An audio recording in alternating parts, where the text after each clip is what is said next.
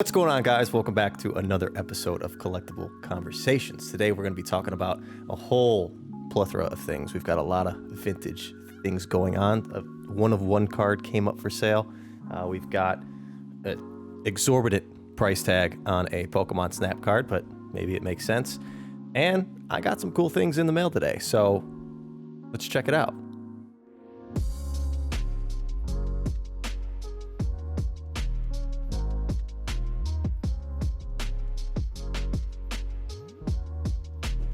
What up, Squeaks? How you doing, man? What up, Radar? How you doing? Oh, I guess I didn't answer the question though. clearly that's either really good or really bad. It's probably a mix of both. I don't know. It's been a rocky couple days, but I'm ready to rock and roll the Rumble. We got a lot to talk about today. Wait, the Rumble? But, Did you just say the Rumble? dude, people are gonna think all this stuff is scripted because you do stuff like that.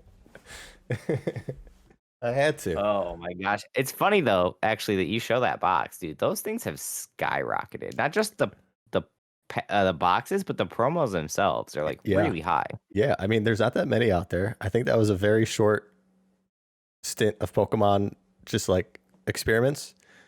And they're very weird cards. I can see why no one liked them back in the day. And I see why people don't like them today because they're weird. Whoa. Okay, but not all people. There's actually, I don't know if you know this, but there's like a group of people that like are dedicated Rumble players that play at like Nationals and Worlds every year. I don't even know what Rumble is. It's like it's a game. You should just open it and play it. Not right now, but essentially, you all like have your character, and then there's like a board you lay out, and you like actually play the game. But there's like a group of people that do play it at Nationals like every year, and yeah, I just thought that was like a cool little tidbit. So if you guys didn't know, I gotta find those. I gotta find those guys. That sounds like fun. Yeah, but I was pricing out graded cards to list up today, and I had like a CGC 7 Pikachu Rumble or something, and I went and looked up like just how much Rumble Pikachus in like near mint condition were going for, and I was like, what the heck? Like, I'm very confident I will get above $100 for that card, and I used to buy like the whole set for $100, like or less, and so that just blows my mind. Yeah, there you go. I mean, there. look at that Pikachu lineup: Rumble. Pikachu, Mewtwo, Venusaur. So cute. That's a big time so box cute. right there. It's probably worth it. Well, there's also like Zapdos in there, and there's more than 3 cards. Yeah, there's 16 in each box. Yes. Oh. Are these the only hollows? No, they're all hollow. There's Mew too. Dude. Not Mewtwo, but Mew. Why would anyone keep this sealed? I'm going to open and grade all of those. You could. They're very difficult. If you got 10s, they look pretty rough. It'd probably be like 5 digits, yeah. Yeah, the edges look pretty rough, the way they have them in there. But we did not bring people to talk about Pokemon Rumble. I guess we could. I don't know, but I don't even know how to play either. I just know people do play it. That's it, yeah. Yeah, do you guys want me to like just take a big nostalgic trip down memory lane for like nationals and regionals? And no. The underworld tourney games of Rumble. You made it sound like a crime syndicate. It's a bunch of bros playing Rumble. What are you talking about? Anyway, what do you got for us today? Start us off. Anything juicy? Anything happening in your life? Yeah. So, are we gonna just like my life or like Pokemon life? I mean, is there a big difference? Honestly, no. Is there any difference at all? No difference at all. Well, what I just showed you, that Rumble, I got a ton of stuff in for consignment that I'm selling, and it's really exciting because it's a lot of unique items, and it's just really cool. I've got like 30. I've got 30 expedition packs sitting on my desk right here. I've got some red logo fossils. I got a sealed Neo Destiny theme deck. Theme docks? Yeah, theme dock. Look at we got the red logo. I actually have a red logo fossil theme deck. I don't even know what those go for. So those are 4th print? What's the red logo? Explain it to me. The red logo was, I believe, only in Australia.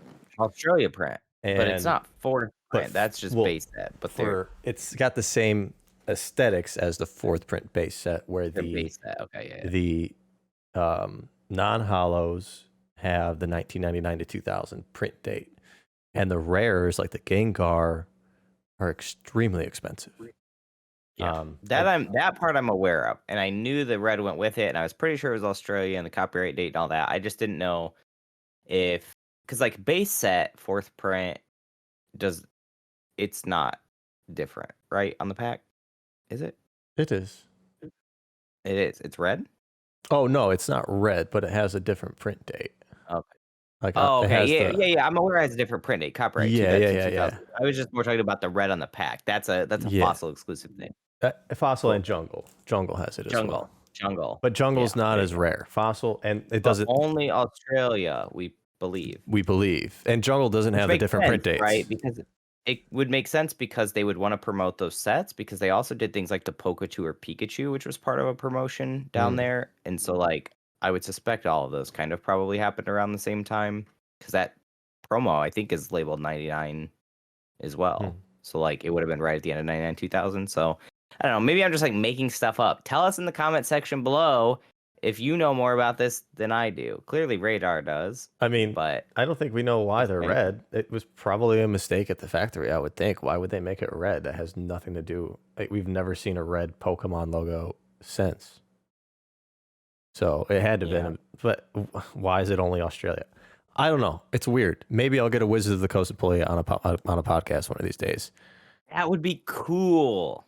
Yeah, we'll see. I'll have to utilize some connections for that, but that's a tricky business right there, because those are valuable relationships to have. But yeah, a lot of cool stuff. I'll be selling all of it. It's consignment, so we'll be doing box breaks. We'll be doing eBay auctions. We'll be doing whatever. So yeah, it's pretty awesome. It's like a throwback to my old box breaks for some of it. I got a whole bunch of booster boxes in, which I showed off a while ago. But yeah, I'm gonna break a lot of this stuff because it's fun. Are you doing those on the Whatnot app? I will. Okay. I'll be doing it on the Whatnot app as time comes. What is that? Ooh, the Whatnot app. Well, okay. No, now this is gonna sound like a shameless plug, but I actually just I've heard you mention it, but I really don't quite know what it is. I haven't like looked into it, so just explain it to me in the least shill way possible. Yeah, well, I am affiliated with them. Oh, okay. I didn't realize that. Yeah. Well, now this just sounds like a major promo. I'm a consultant. I help them out with Pokemon related things. This is what happens when we go unscripted with no planning. They're essentially it's a marketplace, but they're a live auction marketplace is their main.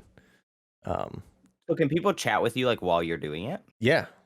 So okay. Like just for like vintage breaks especially, it's a lot of fun because you'll be auctioning off all the packs, right? And people can kind of play the odds. Like that happened with when you auction them, is it like an actual bid system? Yeah. So wait, this is literally like Twitch meets eBay. Yeah.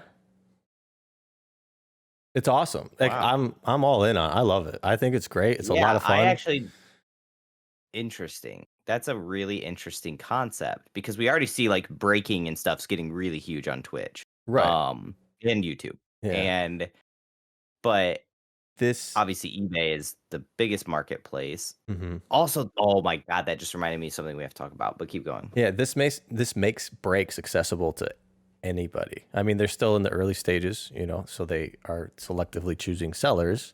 Obviously you need to manage that just like eBay does. If you have shitty sellers, you don't want them on your platform. So, but yeah, it just makes so how can somebody can I just apply? Or yeah, you apply, you fill out a form as a seller, and then you just have to be a business. No. Okay. Not that I know of. I still haven't. Cool.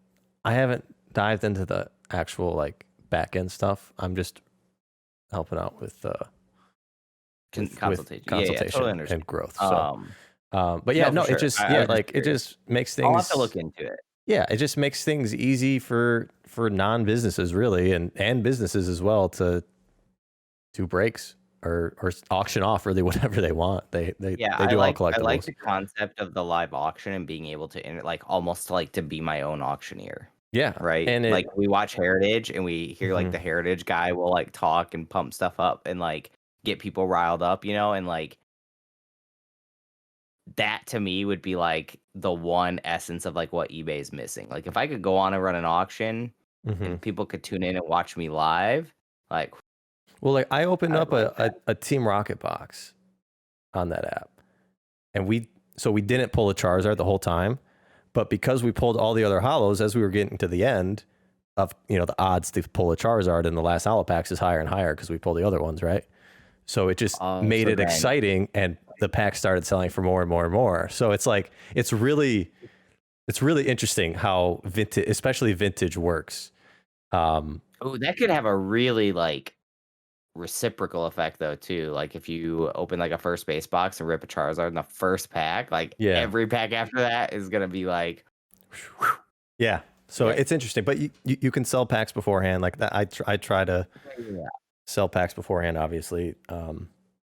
And you have the option like Charizards too. So. And you can talk to the seller, and if they're paying attention, like I have people that want to keep the pack sealed, so I'll just not rip it open for them, Okay. So yeah, it's just a nice little pre-set up payment system for you to do auctions. Like I used to do that stuff on Instagram all the time, and I had to pin my PayPal, and I had to like have my computer on the side, make sure I'm getting paid, make sure I know who this person is. Like it helps protect buyers and sellers, and I'm sure I will have more questions for you once I actually read like the terms of service and user agreements and all of that, because that's like obviously how I am. But interesting. I'm gonna test the waters. It's a cool concept in theory. Like really cool. Yeah, I'm gonna test the waters with some non-Pokemon stuff here soon, like Naruto and Dragon Ball Z and whatever else. I literally tell the guy we're not bringing up Naruto. We're what, 11 minutes in? At least you made it past the 10-minute mark, so most people have already fallen off. Yeah. But yeah, out of that, let's keep talking about the cool things that are going on. There was a 1-of-1 Pokemon card that was listed and sold off of Yahoo Japan. It was I don't know the year. The number 2 Summer Battle Road Trainer Trophy. 2000? 2001? Around that time frame. Everyone's wondering why I'm doing this, so I'm just waiting until you explain the card so that I can quit doing this. So this card has the actual face. I'm gonna let him go as long as possible. Has the actual face of the winner of the tournament, first, second, third place. There were only 6 of these handed out. 1 round had Ho-Oh, 1 round had Lugia. Thank you. So first, second, and third place. There's a first, second, and third with Ho-Oh in the background. There's a first, second, and third with Lugia in the background. And there should only be 1 of each. I think the only one that has come to surface in our lifetime was like 20 years ago, from what I heard diving into the old forums. But this one, real quick, there was that, maybe this was like a year and a half ago, there was that Japanese TV show where there were a bunch of trophy cards on it or whatever, and one of that, like there were some of them that we had not seen before in that. Was one of those in that by chance? Do we know? There was a number 3. I think it was the Lugia one. It was the Lugia one. Okay. Yeah, that's what we saw. Maybe I remember when that happened and people were like, holy crap, like these are cards like we didn't even know were out there. Yeah.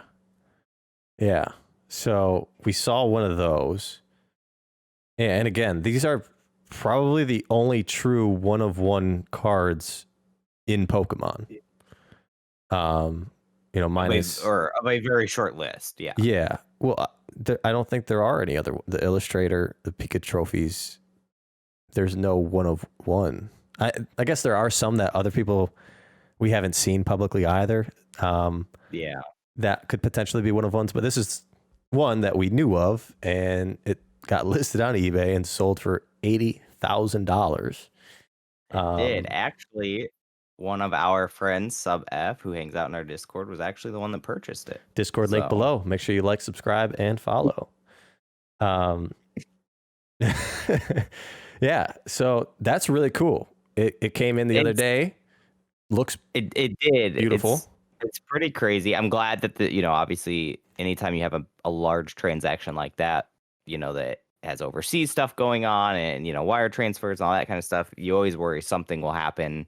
But this one actually seemed like it was pretty smooth. He reached out to the seller, they did their discussion, they came up with a price, they worked on, with the middleman, and they got it done. Which is, obviously really exciting for him. It's exciting for the hobby and the seller.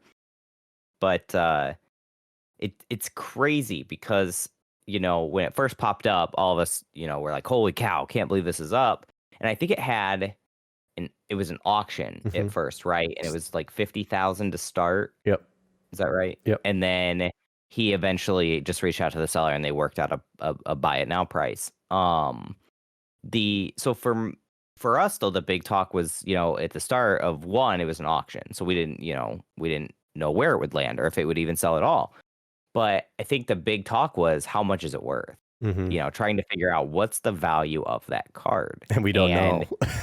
And we don't know. That's the hard part, right? Is it worth 50,000? Is it worth 500,000? You don't know because there's no sales date on it. There's nothing, like, the only thing you really can base it on is the fringe relationship that it has to other trophy cards, right? And that's kind of where it gets into the nuance of like hierarchying out trophy cards and things like that. And that can be really difficult because some of that's eye of the beholder. Some of that is, where is the information coming from to begin with? What are those people's positions in it, et cetera, et cetera. And so it becomes really hard to take something that there's just not really a lot to go off of and come up with a number. And that's why, we have these, like the phrase eye of the beholder. And it's always frustrating when someone tells you like something's worth what someone's willing to pay for it. Like that phrase just like gets under my skin.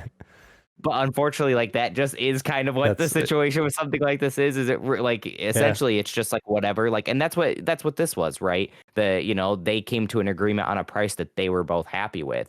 Now, are there people out there that think it's worth less? Probably. Are there people out there that think it's worth more? I mean, at least for sub, hopefully, and it's one of those situations though where there's no telling if that buy is a winner or a loser really until I guess it goes up for sale again or the 1 or 3 comes up. Right. And that auction not being played out takes away from knowing what would happen. I mean, I'm pretty in tune with the trophy scene and what's happening, and like think I have good taste. I think I'm just a basic bitch, but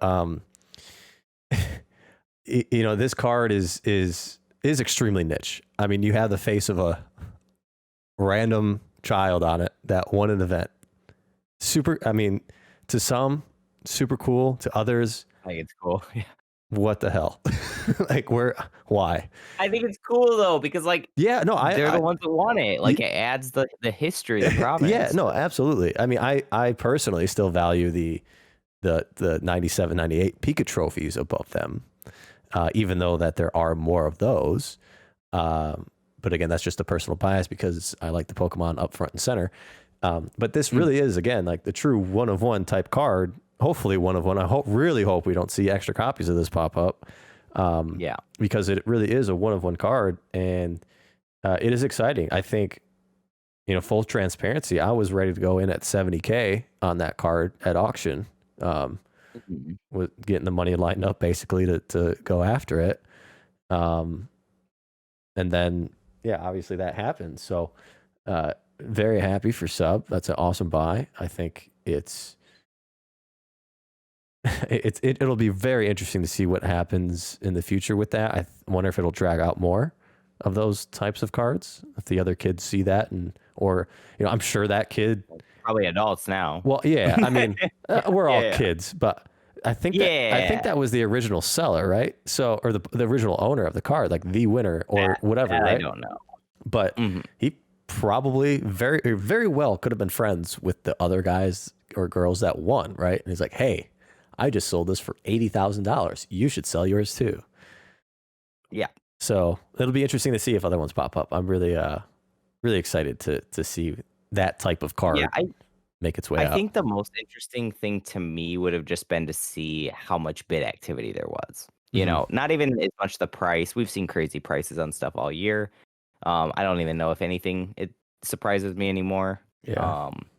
definitely not after GameStop, which we'll get into soon. But just to see how many people were bidding on it, right? I think that to me is almost a more interesting factor now, because we're really seeing the bridge of accessibility to Japan, being built, right? Mm-hmm. I think for the longest time, bringing over product, importing product, doing anything with Japan was a very difficult endeavor. You pretty much had a middleman that either lived over there or knew somebody over there or had a way to get it, or you didn't. And now, I mean, there's all kinds of ways that you can buy cards from Japan, whether it's Buy or, Amazon or wherever, Zen Market. Like there's tons of these places, but there's also like tons of these middleman services popping up, or just individuals that are popping up and doing this and offering these things, and high known individuals in both sides that are, going back and forth for, our stuff to Japan and Japan stuff to here, etc. And so we're seeing that gap be bridged a lot, to where a lot of these cards that in the past, maybe when they were sold in Japan, wouldn't have realized as high a value as if they were sold here. We're starting to see people finding more accessibility to that and getting involved, right? Mm-hmm. I think, if that card was listed 2 years ago, I think it could have sat for a while, Oh yeah. just strictly because a lot of people perceived that buying it's impossible. We saw one of the illustrators really early on sit for a long time. And now we're seeing them, they go up and they sell within a couple days. Mm-hmm. And because people are figuring out how to like overcome those barriers. And I think the bid on it, as a true auction, and people figuring out how to get involved with that, even if it is just through a middleman service, because I don't think we can directly bid, but maybe I'm wrong, to that amount. We can't. And yeah, and so I just think that would be super interesting to see. Now, it'll also be interesting to see if this one even comes up for sale again. And that, I don't really know. I don't know. I haven't talked to the owner about their intentions with it or anything like that. So it'll be fun though to see kind of how this card plays out. And like you said, if more of them get drawn out, Yeah. Knowing Sub, he's probably going to be looking for the Lugia #2 now, would be my guess. So. Yeah, and I'm pushing them to get it graded. I know it's a lot of people like having it in its case, but I think getting it encapsulated by one of the grading companies as soon as possible is smart. You can always break it out or have someone break it out, I guess, and put it back in the case.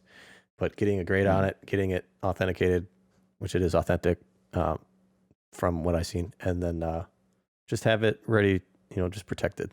So yeah, that will be fun to see. One thing that I do want to still mention, because I think I've been partially to blame with the very small portion of people really picking up on the idea that they can just go ahead and buy this stuff now.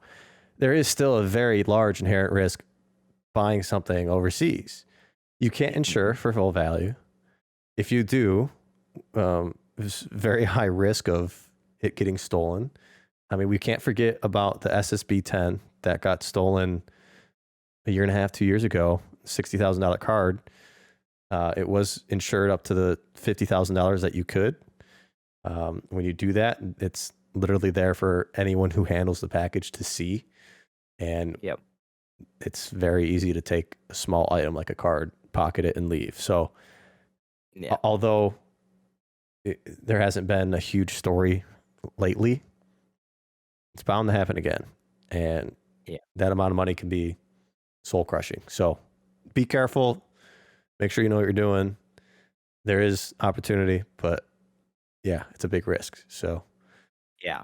And that, we're not going to sit and deep dive on, risk management and everything like that. But, it is exactly like you said, it can be soul crushing. If you have millions of dollars in the bank and you take a 70K hit, that'll still feel bad, but you'll survive it. But if you're out there and you've got, $100,000 in the bank and you take a 70K hit, you just lost 70% of your money, like 70% of your net worth. And like, this is why, early we've talked about trophy cards a lot on, in our podcasts in terms of, investment or purchasing or flipping or whatever. And, it's exactly like you said, you cannot stress enough just how much inherent risk a lot of this stuff has. And, hopefully everyone that's engaging with these, it's all calculated risk, of course. But there is that risk. And so even when I'm sitting and talking about how barriers are being broken down and we're building bridges and we're Bob the Builder out here, there's still risk to all of that. And so please don't think I'm playing lightly to any of that. This was a massive risk that he took, and that's why I had made that comment, that everything went so smooth, and it's very fortunate that it did, and almost kind of surprising, because there always seems to be some kind of hiccup with this stuff that either drags it out or makes it take longer or whatever. And so it's fortunate that it went through. It was clean, it's done, and yeah, it's exciting. It'll be fun to see where it moves forward. Yeah, I'm pretty sure people would just fly over there if the virus wasn't happening for this type of stuff. So it's COVID, interesting. Yeah, it's interesting to see.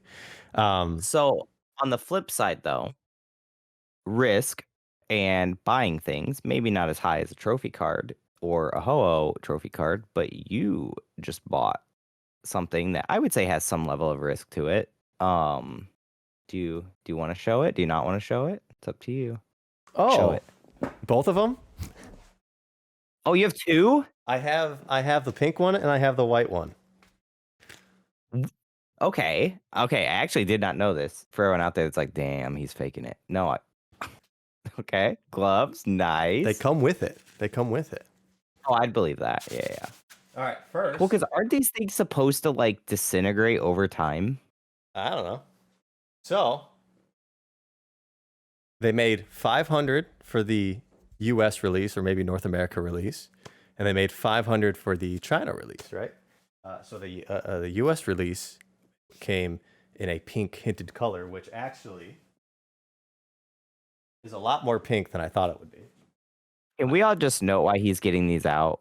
That Radar wearing the white gloves with the Bugs Life sweater and the hat backwards and everything, and the headphones. Doesn't he look like he's about ready to pop out in a flash mob and just like start dancing? See, this is the life that I've aspired to be. Someone that's handling thousands of dollars worth of art while in a Bugs Life sweater. So wait, what's that thing you just took off right there? Because that looks like it has Charizard on it too. So this is like the foam insert, and he hysterically put a first edition symbol and a base set 2 symbol on it. But this is the piece. This is the pink one. It doesn't look very pink in the video, but it's very pink in person. I'll get the white one and show you next to it. But there's the back. It's pretty cool. So it's a big Charizard. Now, how sturdy is that? Like, if you knock that around, is it going to break? I'm not going to try. Well, you got two. Yeah, but I got his and hers. Cat, what are we going to do with this guy? I don't know. So the white one is known as like an archive edition. I don't know what that means. I also was hoping to get a numbered 4 out of 500, but I did not get that. I got an 80. That would be insanity if you got the 4. Whoever has the 4, you hit the lottery. I don't know if people actually care about that. I'm just weird. Here's the white one. What's the Charizard's number? It's 6, right? In the Pokedex? In the Pokedex, it's 6. What numbers are yours? I got 80 and 206. And here's the white one. Any narrative. That one I like better. I do too. I thought that I was going to like the pink one better, but it's really pink. He should have done red. It's also a nice little his and hers. Let's not break these, but let's see if I can put the two next to each other. Can you tell the difference? Yes, very much so. Yeah. Very much so. Okay, you are freaking me out. Put them down. Look at me handle these things like a... Look at this guy is just muscle man. He's over here like being all ambidextrous and just flipping them around. All right. So while he puts these away, I want to talk about these a little bit, strictly because these were, how much were these? So when they came out, they were $2,000. I paid $2,000. What'd you pay for them? Cost average $3,500 a piece. $3,500. But what are they at right now? Pink one's at $3,000 from what I saw on StockX lately. The white one, the last one I saw listed on eBay was at $45,000. So, got it. So, if we're cost averaging, and we don't have to break down what you paid and everything, but cost averaging, it actually sounds like the white one you may be, up, but the pink one, it sounds like you may be down. How do you feel about that? Well, because you went in on these pretty early. Like, you missed the pre-order and you pretty much, or the order, I guess. I don't even think they're really a pre-order. You missed the order, and you just went and secondary marketed them like right away. Yeah, I was pretty upset. I was ready for it. I was ready to go, but apparently I needed my like cookies enabled, and I didn't, and I lost the opportunity to get the pink one. So I just out of like emotion and being upset, I bought it as soon as I could. The cheapest one at the time was 3,500 plus tax, 3,700. And then the white one, actually, a friend was able to get that for me. Thank you. Shout out to Professor Oak Callie. I got that for 3,200. So, real excited about that. But yeah, I think the white one is gonna do a lot better moving forward because it really does look nicer. I just have no idea how I'm going to display these things if I ever do. I mean, yeah, they're expensive pieces. You almost have to build like some kind of a stand or something to hold them because I suspect that those are not light either. Mm-mm. They're probably Yeah, so I don't think you would just want to put them like up on a shelf or something. no, not at all. So yeah, I'm happy with it. Well, I those are think very cool, man. Congrats. What's kind of your like, I assume, are you looking at these as an investment right now?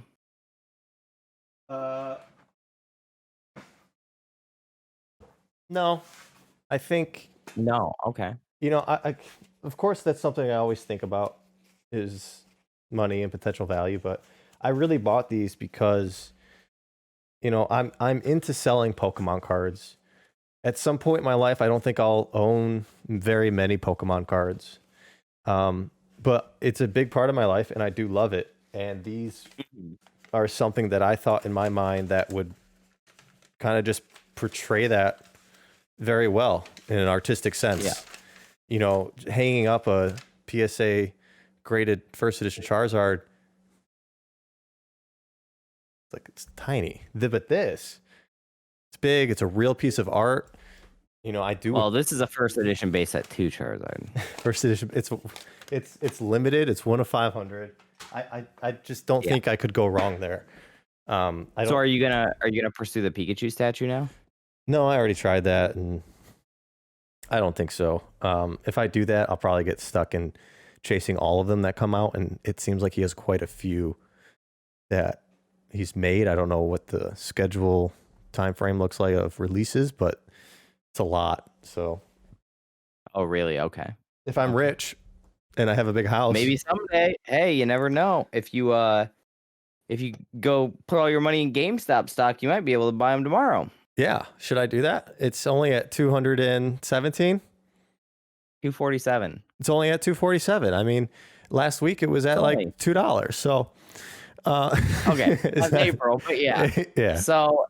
Yeah. So that's one thing we were going to bring up today is GameStop. And I know that a lot of people out there are probably hearing about GameStop right now and Wall Street Bets and Reddit and hedge funds and CNBC and everything else, because that's what people are talking about right now. And it's mainly I want to bring all of this up so we could tie it back to Pokemon, because we're seeing similar things happen in Pokemon, kind of. But right now, GameStop's going crazy. If you don't really know what's going on, essentially, GameStop has been in a rough boat for quite a long time now. And the hedge funds were essentially going short against GameStop, assuming that it was going to fail. There became what's called a short squeeze, which is essentially where people try to squeeze the short sellers into having to sell out and not lose all of their money, at which point they lose some of their money, if not maybe all of it.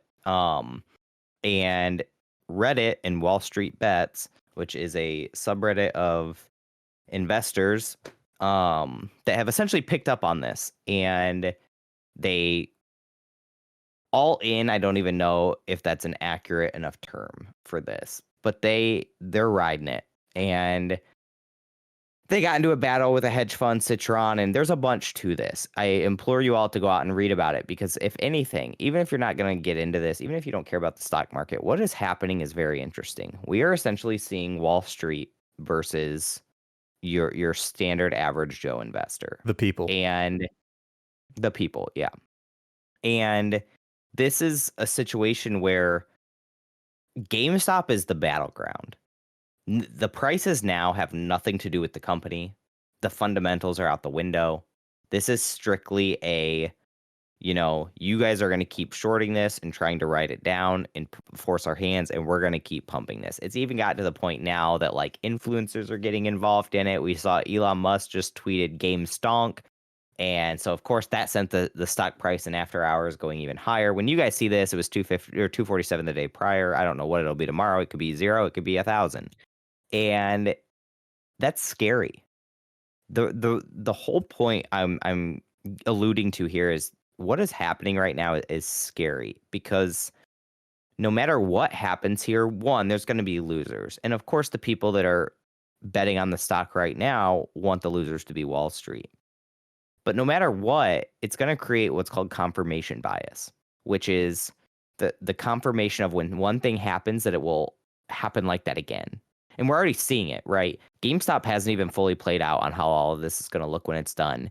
And they're already jumping into things like BlackBerry, Bed Bath and Beyond, etc. Going into what's the next one that we can do this on. AMC. Yeah, and like the reality is just that it's not like this almost works because it caught him off guard. And this isn't like the first short squeeze. Now they're calling it the short squeeze of all short squeezes. Like this isn't happening strictly, because it's never happened before. But I don't think anyone anticipated that this would happen like this in today's day and age. And we see stuff like this in Pokemon, less about like short squeezing, but more about like buyouts or big price movements or price jumps that really catch people off guard, maybe even like the really experienced people that have been around a long time. And so then we look at it and we say, well, whoa, what's going on here? That doesn't make any sense. It's got to come back down, but then it doesn't. XY Evolution's booster boxes, they're not coming down. Do I agree with it? It doesn't really matter. The market's doing what it's doing. But anytime something makes a move in a market where you look at it and you say, this is crazy, like this does not make any fundamental sense, you have to, one, understand the market will stay irrational longer than you can stay solvent, and two, to understand that sometimes the way the market moves is not going to care what you think, and it will move that way, but it doesn't mean it will move that way forever, right? I think there's a lot of people under the impression that GameStop's not going to stop at 250 or 500 or maybe even 1,000. This thing, we're already seeing it. The moon memes, we're going to the moon. Anyone that's coming over from my channel already knows moon boots, baby. We got the moon boots on. And that's the talk right now. And that to me is terrifying. Like this whole situation that's playing out is absolutely terrifying. Not because I don't want Reddit to beat Wall Street or whatever narrative they're writing, but because I think just collectively, like there's just so much in limbo right now. We're watching inflation skyrocket. We're watching, interest rates. Are they going to go up? Are they going to go down? Is the Fed going to keep helping the stock market? Whatever. Like we see collectibles and everything soaring to the moon. We see, we've got people over here, begging for stimulus checks because people can't afford rent and everything like that. Rent and student loan interest and all that has been deferred. And like, it's almost like we're just like two like completely different sides, like contrarian, just like going at it, right? Like pump everything to the moon. Let's make it all crazy bucks, get rich quick, versus we have no money to do anything. Like, where are we even at? I don't know. Do you know? Like, I don't want to get political either, but like it's matching up perfectly with what's happening in society. The extremes are just in every industry, every moment of your life. The extremes are taking over, and yeah, it's just a cause for a lot of confusion. I mean, looking at this situation right now, and even in Pokemon too. In hindsight already, it makes sense. I mean, with the access of information that people have to communication with one another and the ability to work together with, I think Wall Street Bets has access to like $100 million or more or something. I heard. Probably. Like, I think it's if you take like their average user base at any given time and assume they all have like $100, they've got like 200 million in buying power. Yeah, and they absolutely have more now. It's like if they take their tendies, Yeah, it's extremely dangerous and scary. And although what's happening now is that scary time of what the hell's going to happen, it's going to lead to a new way of doing things and potentially, hopefully, a better way of doing things because, I mean, over time, well, again, Wall Street has been controlled by big banks and corporations, right? It's the rich get richer. And now that the people have access to make some waves, make some changes, we're seeing that happen right now today. And although I completely disagree with how it's happening, it's leading towards a better place for everybody eventually. And Well, yeah, I mean, you got to think every hedge fund out there, when they do their risk assessment on things, are not factoring for something like this. You know, they're going right. to have to redo how they do all of their risk assessment to future calculate the what if Reddit takes on our, Yeah. like Citron literally could chapter 11, Yeah. if this continues on. Like there's a very real possibility. And so like it's just crazy to think about. And I mean, you know, pulling it back to Pokemon perspective, obviously we don't, sometimes we do look at cards or sale product and stuff like stocks, but it isn't. But like there is the very, real life where people are putting massive amounts of money into things and waiting to see if they go up or if they don't go up. And, that there's people out there that hold positions that could dump them on the market to pull prices back down and, do their thing. And it's never going to work the exact same way. But I mean, there's a lot of ebb and flow right now, right? There's a lot of like ebb and flow between like the idealized what a pure collector hobbyist is versus like the scalper. Like I saw I saw a picture somebody posted on Instagram of, have you ever seen those Pokemon vending machines, like the Pokemon Center vending Mm-hmm. machines? There's a guy that was in Washington at the vending machine, and he literally has like an old empty case, and he's just standing at the vending machine taking things out one at a time, and he's literally buying the whole vending machine out. And like obviously like it's in an old like sealed case of stuff that he's like very clearly like going to go sell it, and the machine broke after he was done with it, so that he left one ETB for the guy behind him, but the machine broke and the guy couldn't even get it out. I don't know if that summarizes everything as a whole right now, that like the market's just not going to give back. I don't know, but that's almost just how everything is right now. Everything is a tug of war, like you said. It is literally, the rich get richer versus the average working Joe. And I feel like that's kind of what we're seeing in Pokemon too. Mm-hmm. We're seeing that battle of the scalper, flipper, investor versus just the hobbyist that just wants to participate in Pokemon. And that's kind of where we've structured, is like, you provide the interviews and the stories and the fun things like that. And I always try to do like the analysis of, trying to just kind of help everyone guide along for whatever their goals are. And because that, I mean, there's a market for it now, because the reality is we got to figure it out. Mm-hmm. Like I think things get worse before they get better, right? And I Yeah. want them to get better. I think we all want them to get better. I think even if you're the most scalper-esque person out there, I believe there has to like be some part of you that like wants people to have product accessible. Maybe I'm wrong. Maybe I'm wrong. I truly believe that like because accessibility leads to liquidity, and liquidity, like people want like to be able to have stuff. Mm-hmm. And like I don't know, I'm just like a firm believer that there has to be a happy medium for everyone here. And I feel like maybe the stuff on the stock side has been building up for so much longer that the idea of a happy medium, like while it probably does exist somewhere out there for like the institutional Wall Street investor versus like the average Joe investor, the retail investor, I I just don't see it getting better before it gets much, much worse, because it's just been building up for so much longer. And this is like, tying it back to Pokemon, this is kind of why they've got to figure out how to address the supply shortages. I just made a video on, is Cosmic Eclipse and XY Evolution getting a reprint? And right now for America, the answer is no. North America and Europe's reprint that is coming was a reprint that they were supposed to have last year. I think it was announced in October. They were supposed to get it in November. It's literally been delayed like 5 times. Now I think it's April that it's coming or whatever, which again is 3 months away. And but other than that, I called my distributor. Shining Fates allocations have already been doled out. Battle Styles, it has not been allocated yet, but nobody at this point would be surprised if it is. And you can't pre-order it anymore. Mm. And other than like a few collection boxes and lunch boxes and tins and stuff, there is nothing for pre-order. There's nothing to buy. That's just what it is. And part of what makes this hobby so great is the accessibility, bringing in new blood, new people experiencing it, like living it. And if that is not able to happen, I think we're going to see this power struggle continue to occur and get worse.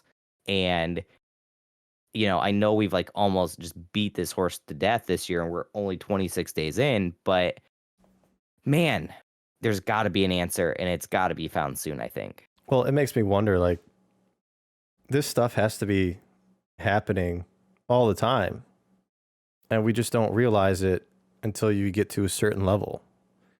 Yeah. I talked to my non-Pokemon friend about the stock market and what's going on, and he's like,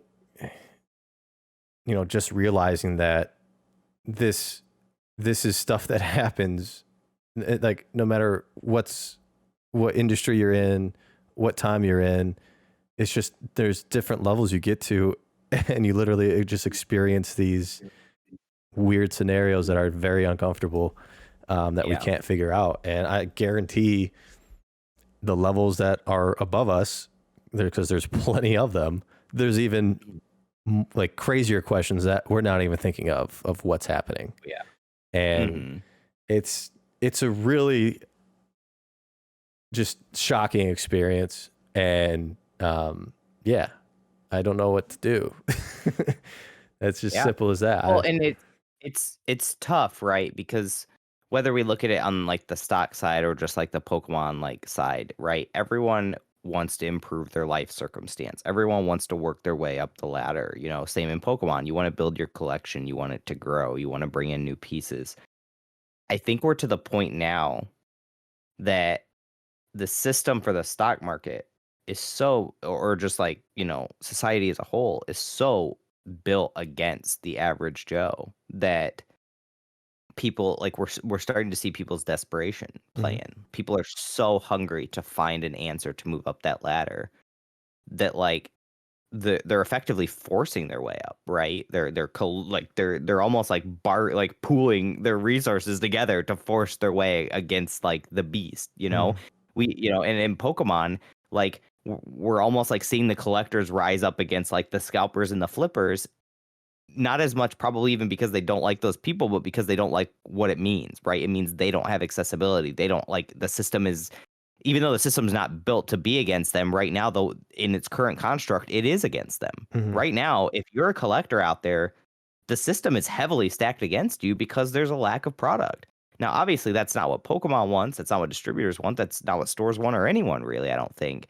But unfortunately, that's just how it is because there are just parameters that you can't beat, like printers. And, hopefully they can find a solution to that. But right now, it's very stacked against those people. And so I think a lot of what we are seeing in terms of the frustration and the anger in the comments and everything like that is because people are getting desperate. They're getting frustrated and they're feeling like the system is continually being stacked against them. And, I sympathize. I really do. I sympathize with those people. And, on like a lesser scale, I'll bring up Naruto for a minute. So I have Naruto product and, I want to open some of this just because I think it's fun.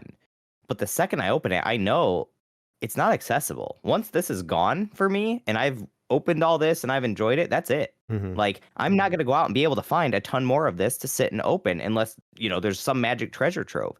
And I think that's like where people are at right now. If you've got stuff in your collections or you go out and you buy a pack or a box or something at, Walmart or Target or your local game store, you almost don't even want to open it because once you do, you might not get any more for a while. And like that feeling is like not how it should be.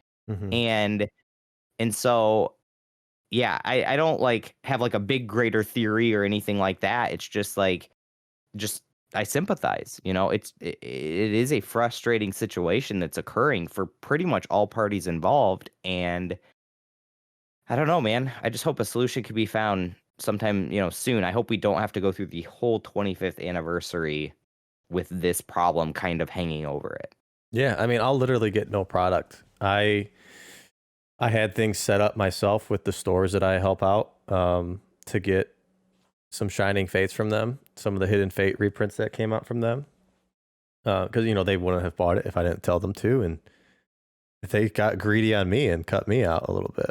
So, you know, they're still getting me some, which is great. But yeah, it's a huge problem. And it's really killing my vibe with modern product. And I've talked about this so much about how I'm so excited for 2021 modern for the 25th anniversary. I think there's a lot of potential here, and it's just exciting to go through. I mean, I think I've always just been able to enjoy at least getting a case or two of the new product myself and opening it.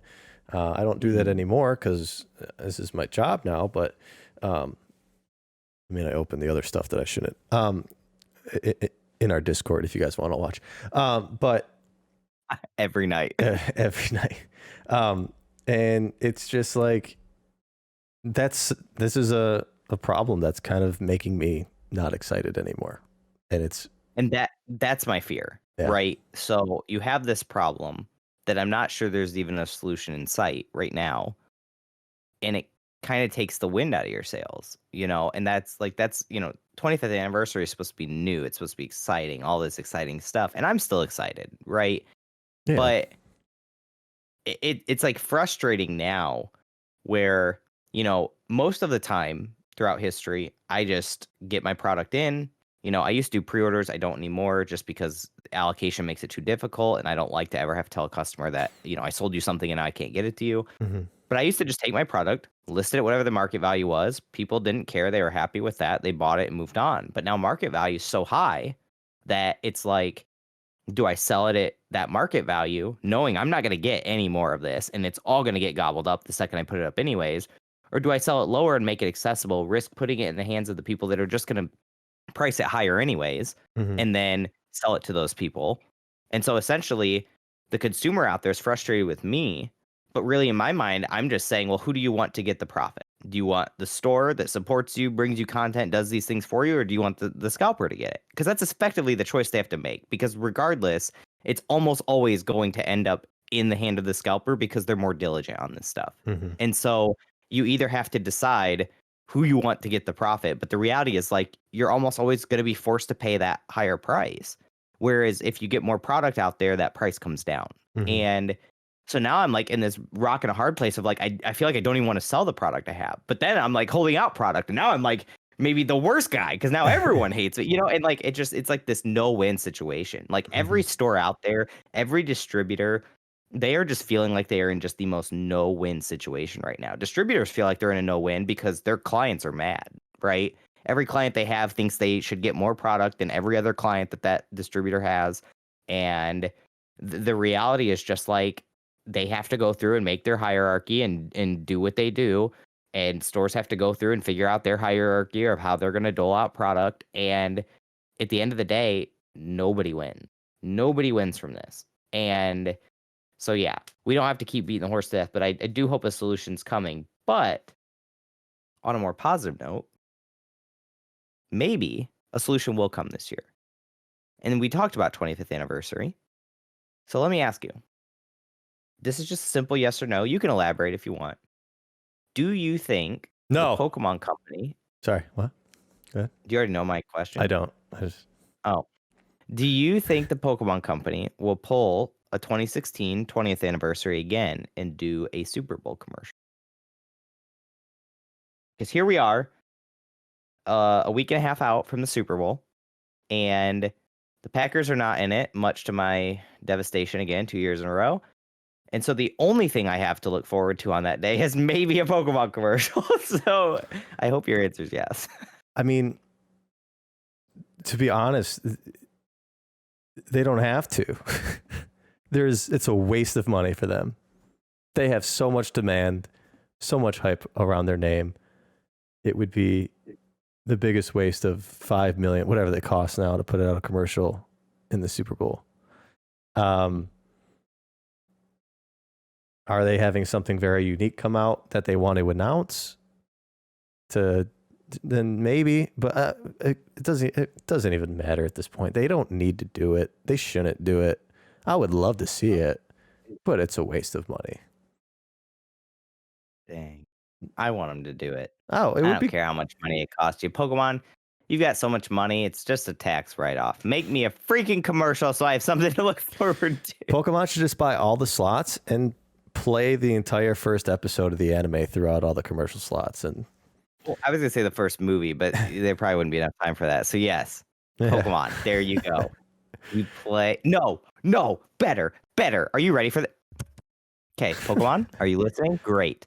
Mr. Ishihara, Buy all the Super Bowl slots, and we'll just play Who's That Pokemon for every single commercial. Would that not be amazing? Every commercial comes up, you've got like every 60-year-old dad that's like in his football jersey just ready to rumble for his next Budweiser commercial or whatever, and it's just like, who's that Pokemon? do you know how big Dude, that you know how big that would be if they made an app for that to prep people just to once a day it sends you one. download the app.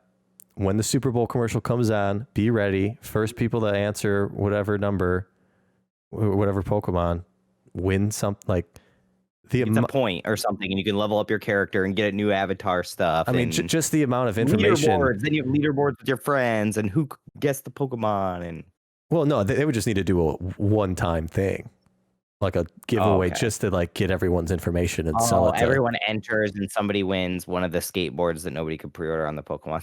Yeah, I'm still not over that. Yeah, that would be. By the way, everyone, for an update, I got banned the second run around. You did? No way. I did. Are you still banned? It's only 2 hours. It only lasts 2 hours, but I did not get a skateboard. Yeah, apparently I refreshed too fast. It was unhuman-like. I didn't even try because I bought two Daniel Arsham things. So, yeah. So, I'm broke. But yes. So there you go. Super Bowl commercial. But we've got that. No, we're not opening that tin. I want to open it so bad, but I'm going to be your good conscience until you don't. It came ripped, dude. How am I supposed to sell this? He's going to open it tonight in Discord, I'm sure. But anyways, we do have to cover the winning blip or blep of last week. And I think there was one that probably ranked just slightly above the rest. What do you think? Just a little bit? Just a little bit. Just a little blip. Just Everyone. Yeah, the big one was when I told everyone I was going to beat them. Or what was my exact words? I'm going to kick all your asses at Pat Flynn's. Yeah. Pat Flynn's Who's That Pokemon game. So speaking of Who's That Pokemon, Deep Pocket Monster, great channel. You guys should go watch the video, which by the way did win officially.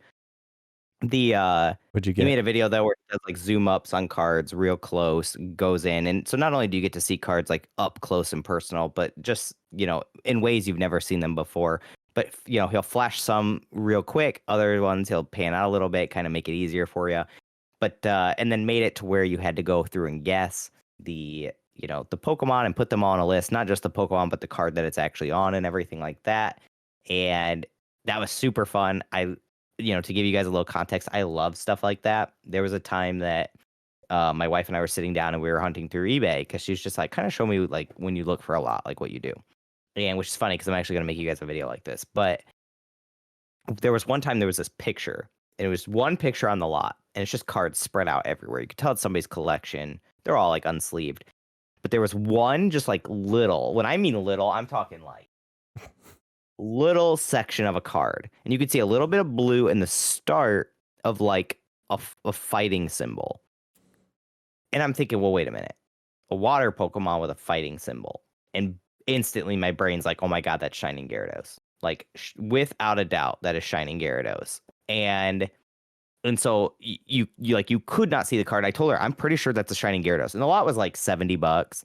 And if that's a Shining Gyarados in there, that is the whole lot and more. So I told her we're gonna buy this. So we bought it, and it comes in, and we're fanning through. And I mean, I was halfway through the cards in that lot and hadn't seen it yet, and I was like, "Oh my god, I was probably wrong." But sure enough, at the back was Shining Gyarados. My wife could not believe it.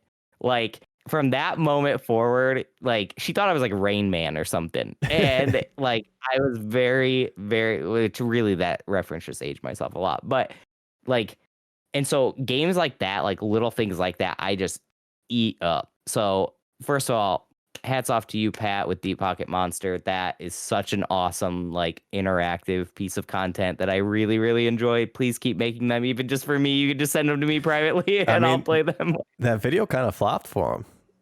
It only got 1.2K. It only got 1.2K. I thought it said flop. It's been up for like 2 days. I think it's a great idea as well. I thought it was going to do a lot better. Oh, don't listen to Radar. Radar sucks. I like it. I said I liked it. I just said it flopped. Didn't flop. Now he's not gonna make anymore. No, he better. He better. Because I'm gonna beat you. I'm gonna win this next time. I don't have a shot. I think you should keep making them. I think it's one of those things that as his channel scales, which is happening very quickly, those will scale as well. Oh, absolutely. But yeah, I think I also think like there's that intrinsic nature where those will always fall off after like set period of time because somebody will win, right? So somebody will win. You ruined People it. People see in the comments that they cannot win, and so they'll just move on. Way to right? Go. You're too good. See, I don't think he accounted for the extremists that there are in Pokemon, like yourself. What you're saying is, in an effort to help my friend Pat, I should quit playing. Probably, because you'll don't count on it. You should send Pat. Send Can't do it, buddy. Just send him the answer. Send him the answer privately. Pat, I'll start DMing you the answer instead of, and you can just like give me my gold star in the DM instead of on the video. All right. I think that's the guys, key. Yeah. Yeah. So there you go. Do you have anything else that you would like to add for this episode? I can't wait to open up this tin, but no, that's about it. And just don't buy GameStop. I'm not a financial advisor, but I'm not buying it. So Yikes. Good luck, everyone. If you are or are not going to buy GameStop, we wish you the best of luck. We have no clue what the correct answer is. I'm not even sure there is one. But with that being said, we'll see y'all next time. See you guys.